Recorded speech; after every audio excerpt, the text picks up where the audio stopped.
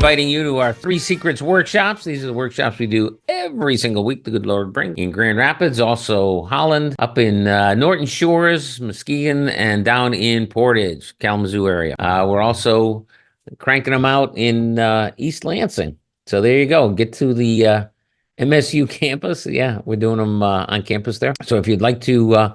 yeah, you don't have Jay Leno's excuse. Jay Leno, oh, I was too busy with all the cars and stuff. I was too busy to get my estate plan done. Besides, that's expensive. Don't you know that? So he waits until his wife has dementia so bad that they have to go to the probate court, have her declared incompetent.